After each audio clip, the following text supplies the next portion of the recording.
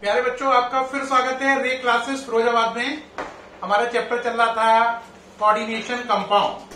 आज उसमें हम वेरी इंपॉर्टेंट टॉपिक पढ़ने जा रहे हैं। टॉपिक का नाम है VBT, valence bond theory in coordination compound. VBT पढ़ेंगे। वीबीटी में इन्होंने कहा है कि देखो भाई, जो मेटल है, सेंट्रल मेटल एटम या आयन है, उसका काम है sp-d-f ऑर्बिटल प्रोवाइड करना।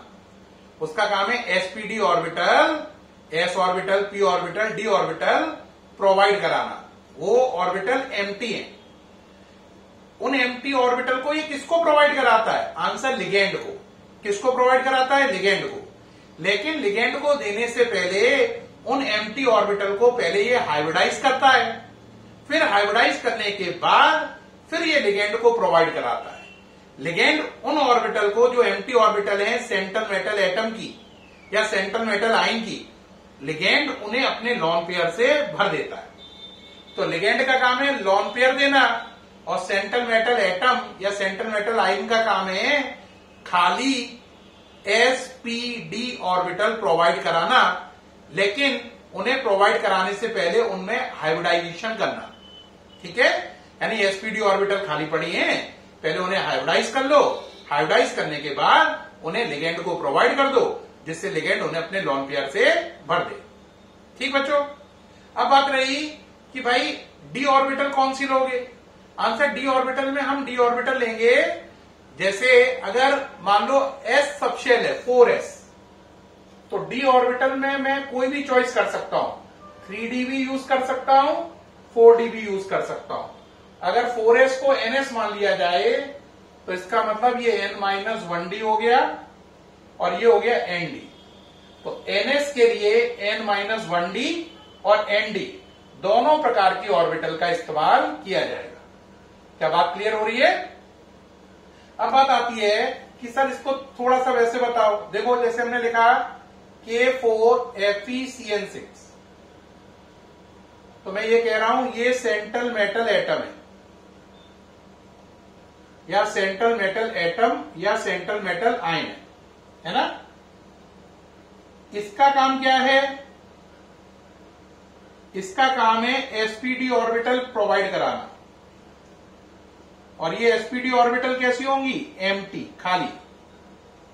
ये पहले खाली होंगी, फिर वो इन्हें हाइब्रिडाइज करेगा और हाइब्रिडाइज करने के बाद प्रोवाइड करा देगा, और लिगेंड उन्हें अपने लॉन पेयर से भर देगा। किन्हें? इन एम्प्टी ऑर्बिटल को। ठीक, क्या पूरी बात क्लियर हो रही है? तो सेंट्रल मेटल एटम का काम है खाली sp-d ऑर्बिटल प्रोवाइड करना, उन्हें हाइब्रिडाइज करना, और लिगेंड का काम है उन्हें अपने लॉन पेयर से भर देना। ये बिल्कुल उसी प्रकार से है जैसे कोई गागर है या बाल्टी है ना? बाल्टी को मान लो ऑर्बिटल, तो बाल्टी आई, एक आदमी ने बाल्टी को अच्छे से साफ सुथरा किया, इसे मान लो हाइब्रिडाइजेशन। जब वो साफ सुथरी हो गई, अच्छे से मांज दी उसे, फिर उसमें हमने क्या भर दिया? पानी। पानी को मान लो लॉन पेयर। ठीक, तो जो बाल्टी है वो आपकी क्या है? Empty orbital. उसकी साफ सफाई क्या है? हाइब्रिडाइजेशन। फिर उसे किससे भरना है? पानी से। ये कहलाएगा लॉन पेयर फिलिंग। ये काम कौन करेगा? लिगेंड, है ना? तो पानी आप भर रहे हो मान लो, तो आप लिगेंड हो। क्या पूरी बात समझ में आई? अब एक बात और याद रखना, अगर आपको याद हो तो मैंने एक बात बताई थी आपको। आप कहोगे क्या सर? बेटा, जो लिगेंड होता है उस पर जैसे 5d ऑर्बिटल है, याद करो। तो ये 5d ऑर्बिटल दो सेट में टूटती थी, एक में 3 और एक में कितनी होती थी? 2। एक में 3 है, इसको बोलते थे हम T2G। एक में 2 है, इसे बोलते थे हम EG सेट। क्या बोलते थे? EG। ये EG, ये T2G। ये ऑर्बिटल किसकी है? आंसर सेंट्रल मेटल आयन की या सेंट्रल मेटल एटम की। और ये 3 और 2 के सेट में टूटी। क्यों टूटी? क्योंकि लिगेंड का असर पड़ रहा है। किसका? लिगेंड का। लिगेंड की वजह से टूट रही है 3 और 2 में। अब यहां पे 2 ऑप्शन है। लिगेंड अगर आपका कैसा है? वीक। कैसा है? वीक, तो ये ऐसे टूटेगी। आप कहो सर अगर स्ट्रांग होता अगर ये स्ट्रांग होता तो जरा देखना क्या अंतर आता।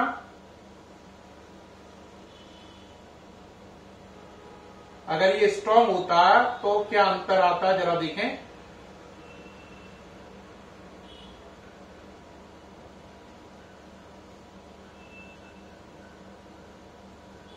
बताओ क्या अंतर लगा। अगर लिगेंड वीक है तो T2G और EG ऑर्बिटल पास पास है और CFSE की वैल्यू कम है। डेल्टा नॉट से डिनोट करते हैं इसे। डेल्टा नॉट की वैल्यू कम है, ये पास पास है, देखो इनका एनर्जी डिफरेंस कम है। लेकिन अगर आप ही का यहीं पर लिगेंड कैसा है, स्ट्रॉन्ग, अगर लिगेंड कैसा है, स्ट्रॉन्ग लिगेंड है, तो ये ऑर्बिटल आपकी दूर दूर हो जाएंगी T2G और EG, और यहां पर CFSE यानी डेल्टा नॉट की वैल्यू बहुत बड़ी होगी। तो ये अंतर है वीक और स्ट्रॉन्ग लिगेंड का। वीक लिगेंड T2G और EG ऑर्बिटल को तोड़ता है और ऐसे पास पास रहती हैं। स्ट्रॉन्ग लिगेंड भी तोड़ता है लेकिन वो दूर दूर हो जाती है, गैप बहुत बड़ा हो जाता है। CFSE बहुत बड़ी हो जाती है। CFSE को डेल्टा नॉट से लिखते हैं, ये लिखा हुआ है, फुल फॉर्म है crystal field stabilization energy. Crystal field stabilization energy. तो वीक और स्ट्रॉन्ग लिगेंड में यह अंतर होता है। वीक लिगेंड के केस में CFSE कम होती है और स्ट्रॉन्ग लिगेंड के केस में CFSE बहुत ज्यादा होती है। अब आप कहोगे सर मुझे कैसे पता चलेगा कि दिया गया लिगेंड स्ट्रॉन्ग है या वीक है। बिल्कुल सही बात, आप कैसे पहचानोगे कि लिगेंड स्ट्रॉन्ग है या वीक है। इसके लिए एक सीरीज दी गई है, टेबल दी गई है। उस टेबल का नाम है स्पेक्ट्रोकेमिकल सीरीज। स्पेक्ट्रोकेमिकल सीरीज को देखकर कोई भी बच्चा भी बता देगा कि दिया गया लिगेंड स्ट्रॉन्ग है या वीक है। यानी कि लिगेंड स्ट्रॉन्ग है या वीक है, इसको डिसाइड हम करते हैं एक टेबल से, है ना। उस टेबल का नाम है स्पेक्ट्रोकेमिकल सीरीज। अब आपका तुरंत क्वेश्चन होगा, सर स्पेक्ट्रोकेमिकल सीरीज बनवा दीजिए जिससे मुझे आपसे पूछना नहीं पड़े, मैं अपने आप ही पता कर लूंगा ये लिगेंड स्ट्रॉन्ग है और ये लिगेंड वीक है, ठीक है ना। अब स्पेक्ट्रोकेमिकल सीरीज बनाए, उससे पहले थोड़ा सा आप ये देख लो, ये वीक लिगेंड के केस में बताया है क्या होगा। ये ऑर्बिटल किसकी है, सेंट्रल मेटल एटम की। अटैक किसने किया, वीक लिगेंड ने। ये पास पास है, CFSE कम है, और यही लिगेंड अगर स्ट्रॉन्ग हुआ तो CFSE बहुत ज्यादा होगी, ठीक है। अब आपके मन में क्वेश्चन क्या होगा, सर स्पेक्ट्रोकेमिकल सीरीज बता दीजिए, वो आपने नहीं बताई है। तो बेटा आप शुरू करते हैं स्पेक्ट्रोकेमिकल सीरीज। देखिए भाई पहले स्पेस बना लें इसको इरेज करके, है ना। स्पेक्ट्रोकेमिकल सीरीज के लिए स्पेस बन गया, तो हेडिंग है स्पेक्ट्रोकेमिकल सीरीज। अब एक प्यारा बच्चा पहला क्वेश्चन क्या कहेगा, इस सीरीज का फायदा क्या है। ये सीरीज हमें ये बताती है कि जो हमें गिवन लिगेंड है, जो लिगेंड आपने हमें दिया है, वो लिगेंड स्ट्रॉन्ग है या वो लिगेंड वीक है। तो इस सीरीज से हम स्ट्रॉन्ग और वीक लिगेंड में डिफरेंस कर पाते हैं। अब कहोगे सीरीज तो बताओ, ये सब बातें बहुत देर से सुन रहे हैं। चलो भाई अब सीरीज नोट करो, आप शुरू करें। I minus Br minus SCN minus Cl minus S minus 2, फिर आगे चलो NO3 माइनस 1, NO3 माइनस 1 के बाद OH माइनस 1, ऑक्सालेट, ऑक्सालेटो बोलते हैं इसे, OX minus 2, O minus 2, H2O। लिख पा रहे हैं, साथ साथ लिखते जा रहे हैं। NCS minus 1, NCS minus 1, EDTA, EDTA 4 minus PY pyridine equal to ammonia, EN ethylene, diamine को EN बोलते हैं, DIPY डाइप्रिडिल या डाइप्रिडीन। डाइप्रिडीन के बाद आता OPHEN ऑर्थोफिनेंथ्रोलिन, ऑर्थोफिनेंथ्रोलिन, ऑर्थोफिनेंथ्रोलिन NO2 minus, NO2 minus CN minus और CO। अब जब मैंने ये पूरा लिखा है तो बताओ स्ट्रॉन्ग और वीक लिगेंड कौन है? दुनिया का सबसे स्ट्रॉन्ग लिगेंड कौन है?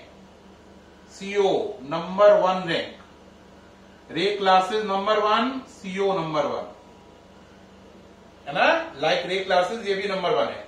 और सबसे लास्ट कौन है? आई माइनस, है ना, आई माइनस। तो सबसे स्ट्रॉन्ग लिगेंड है सीओ लाइक रे क्लासेस और सबसे वीक लिगेंड है आई माइनस। कौन है? आई माइनस। अब एक बच्चा बोलेगा सर इसमें आपने सारे लिगेंड लिखे हैं स्ट्रॉन्ग और वीक, स्ट्रॉन्ग कहां से कहां तक है? बेटा स्ट्रॉन्ग लिगेंड सबसे ज्यादा है सीओ और स्ट्रॉन्ग लिगेंड खत्म होते हैं यहां तक, यानी कि सीओ से लेकर एनसीएस माइनस तक सब स्ट्रॉन्ग लिगेंड है। और H2O से लेकर देखो जिसके नीचे अंडरलाइन करते आ रहे हैं सारे, ये सारे वीक लिगेंड है यहां तक। तो वीक लिगेंड कौन कौन है? H2O, O-2, OX-2, OH-1, NO3-1, S-2, Cl-1, SCl-1, Br-1, I-1। यहां से यहां तक ये सारे वीक हैं और यहां से यहां तक ये सारे स्ट्रॉन्ग हैं। सबसे ज्यादा स्ट्रॉन्ग कौन है? Cl- और सबसे ज्यादा वीक कौन है? I-। क्या आप समझ गए? ये इसका नाम क्या है? Spectrochemical series. ये सीरीज हमें बताती है कि कौन सा लिगेंड स्ट्रॉन्ग है और कौन सा लिगेंड वीक है। ये मैं सामने से हट गया हूं, आप सीरीज को नोट कर लीजिए। पहले सीरीज को नोट करते जाइए। कर रहे हैं? स्पेक्ट्रोकेमिकल सीरीज को नोट कर लीजिए। दुनिया का सबसे स्ट्रॉन्गेस्ट लिगेंड कौन है? सीओ। और लास्ट लिगेंड स्ट्रॉन्ग में कौन है? NCS minus. दुनिया का वीकेस्ट लिगेंड कौन है? आई माइनस। वीक का स्टार्टिंग कहां से होता है? H2O से स्टार्ट होकर आई माइनस तक, और सीओ से एनसीएस माइनस तक ये सब स्ट्रॉन्ग है। ये सारे स्ट्रॉन्ग है, ये वाले यहां तक। यहां से वीक शुरू हुआ और यहां पर खत्म हुआ। स्पेक्ट्रोकेमिकल सीरीज उम्मीद है आपने नोट कर ली होगी। इसका पूरा नाम है ऑर्थोफिनेंथ्रोलिन। ऑर्थोफिनेंथ्रोलिन, ठीक। इसका नाम है इथाइलिन डायमीन, इसका नाम है डाइप्रिडीन, इसका नाम है ethylene diamine tetra acetato, ethylene diamine tetra acetato. इसका नाम है प्रिडीन, इसका नाम ऑक्सालेटो। बाकी के तो आते होंगे, सरल से लिखे हुए हैं। साइनाइड है, कार्बन मोनोऑक्साइड है, डाइप्रिडीन है। ओके है, हटा दें ये, ठीक। अब बात रही, ये हमें लिगेंड पता चल गए। अब इससे क्या फायदा है? देखो बेटा इससे क्या फायदा समझना। अगर आप पर 4 लिगेंड अटैक कर रहे हैं, कितने? 4। जितने लिगेंड अटैक करें उसे बोलते हैं कोऑर्डिनेशन नंबर। उससे ज्योमेट्री या शेप एसोसिएटेड होती है। क्या जुड़ी होती है? ज्योमेट्री, जिसका दूसरा नाम है शेप। अगर आप पे 4 लिगेंड अटैक कर रहे हैं तो आपकी ज्योमेट्री हो सकती है टेट्राहेड्रल। अगर ये चारों लिगेंड वीक हैं, और अगर 4 में स्ट्रॉन्ग है ये लिगेंड, तो आपकी ज्योमेट्री टेट्राहेड्रल की जगह स्क्वायर प्लेनर होगी, ठीक। अगर आपका इसमें हाइब्रिडाइजेशन वर्ड और नोट कर लो, हाइब्रिडाइजेशन। अगर टेट्राहेड्रल है तो हाइब्रिडाइजेशन sp3 होगा, और स्क्वायर प्लेनर है तो हाइब्रिडाइजेशन dsp2 होगा, ठीक। अगर आपका कोऑर्डिनेशन नंबर 5 है, कितना है? 5, स्ट्रॉन्ग या वीक, हाइब्रिडाइजेशन जो आपका है, यहां पर भी 2 केस बन जाएंगे, 5 में स्ट्रॉन्ग या वीक। 5 वाला आपके कोर्स में नहीं है, आप चाहे तो लीव कर सकते हैं। 4 के बाद 6 है डायरेक्ट कोर्स में। 6 में फिर 2 केस हो जाएंगे, वीक और स्ट्रॉन्ग। एक बच्चा बोलेगा क्या 5 में भी 2 केस होते हैं? हाँ, 5 में भी 2 केस होते हैं, स्ट्रॉन्ग और वीक। लेकिन आपके कोर्स में केवल कोऑर्डिनेशन नंबर 4 और 6 है, 5 है नहीं, इसलिए मैंने लिखा नहीं है। अगर कोई 5 का जानना चाहे तो बता देना, ऐड कर देंगे। 6 पर अगर स्ट्रॉन्ग है, 6 में अगर वीक है तो हाइब्रिडाइजेशन होगा sp3d2, और अगर स्ट्रॉन्ग है, वीक होने पर sp3d2, स्ट्रॉन्ग होने पर d2sp3। sp3d2 हो या d2sp3 हो, शेप ऑक्टाहेड्रल ही होगी। कौन सी होगी? ऑक्टाहेड्रल। दोबारा चेक करो, 4 पर वीक होने पर sp3 हाइब्रिडाइजेशन टेट्राहेड्रल, 4 पर स्ट्रॉन्ग होने पर dsp2 hybridisation square planar shape, 6 पर वीक होने पर sp3d2 शेप ऑक्टाहेड्रल, 6 पर स्ट्रॉन्ग होने पर d2sp3 शेप ऑक्टाहेड्रल। यहाँ पे वीक स्ट्रॉन्ग का मतलब क्या है? वीक का मतलब वीक लिगेंड का अटैक और स्ट्रॉन्ग का मतलब स्ट्रॉन्ग लिगेंड का अटैक। कौन सा लिगेंड है उसके आधार पर बोला वीक या स्ट्रॉन्ग। समझ में आई? लिगेंड वीक है तो वीक, स्ट्रॉन्ग है तो स्ट्रॉन्ग। अब एक बच्चे के यहां पर पूरा कंसर्निंग में कोई डाउट तो नहीं रह गया? एक रह गया खाली। वो कहेगा सर sp3d2 और d2sp3 लिखने में क्या अंतर है? बेटा sp3d2 का मतलब ये है, बात समझना, कि अगर s4s है तो pb4p है और db4d है। लेकिन अगर आपने लिखा d2sp3 तो इसका मतलब है अगर s4s है तो p तो 4p है लेकिन d 3d है। यानी अगर d पहले लिख रहे हो तो n-1 वाली होती है, ये n है तो ये n-1 है, और d बाद में लिख रहे हो तो ये भी n है और ये भी n है। यानी अगर s के आगे 4 आया तो ये 4, इसके आगे 5 आया तो ये 5, लेकिन अगर इसमें s के आगे 5 आया तो ये 4 होगी, इसके आगे 4 आया तो ये 3 होगी। sp3d2 का मतलब है spd सेम लेवल की है, सेम शेल की है, और d2sp3 का मतलब है s और p सेम शेल की हैं और d उससे एक शेल पीछे वाली है, यानी n-1 d सब शेल है। क्लियर हुआ? अब बात आती है, ये सारा नोट कर लीजिए। अब बात आती है कि सर हमें सारे एग्जाम्पल दीजिए, हमें बात अभी क्लियर नहीं हो रही है। अभी तो आपने ये जो बताया बीबीटी ये समझ में तो आ रहा है हमें, लेकिन हमें एग्जाम्पल दीजिए जिससे हमें समझ में आए डिटेल में कि कोऑर्डिनेशन नंबर 4 पे स्ट्रॉन्ग का केस क्या है, वीक का केस क्या है, कोऑर्डिनेशन नंबर 6 पे स्ट्रॉन्ग का केस क्या है, वीक का केस क्या है, कैसे करते हैं। एग्जाम में अननोन केस आए तो मैं कैसे बनाऊंगा, या कोई 2-4 केस रटना कुछ भी नहीं है, एग्जाम में पता नहीं क्या केस आएगा। तो हम नेक्स्ट वीडियो में कोऑर्डिनेशन नंबर 4 में स्ट्रॉन्ग और वीक के केस को डिस्कस करेंगे, और ऐसे ही कोऑर्डिनेशन नंबर 6 में स्ट्रॉन्ग और वीक वाले सारे केसों को डिस्कस करेंगे। ये काफी लंबा रहेगा, काफी देर का टॉपिक है ये, इसमें बहुत टाइम लगेगा, इसलिए इसे नेक्स्ट वीडियो में ले जाएंगे। मतलब हो सकता है इसे 2-3 वीडियो के अंदर कवर किया जाए, है ना। अभी मैं सामने से हट गया हूं, ये नोट कर लो। आपने सारा नोट कर लिया है मेरे ख्याल से, कर लिया है? ठीक। तो प्यारे बच्चों, नेक्स्ट वीडियो में मुलाकात होगी इसके एग्जाम्पल की डिटेल के साथ। नेक्स्ट वीडियो में आपको बहुत मजा आएगा, अल्ट्रा क्लियर होगी थ्योरी वीबीटी। यहाँ पे वीबीटी को मैंने समझाया है, अगले में हम उसके अंदर तक घुस जाएंगे और बाल की खाल निकालकर एक एक चीज को, एक एक टॉपिक को दिमाग में सेट कर देंगे। और याद रखना, वीबीटी गारंटी है आईआईटी और नीट में आता ही आता है।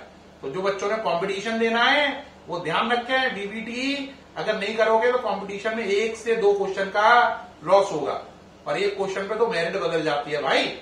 तो नेक्स्ट वीडियो का वेट करें, तब तक के लिए बाय।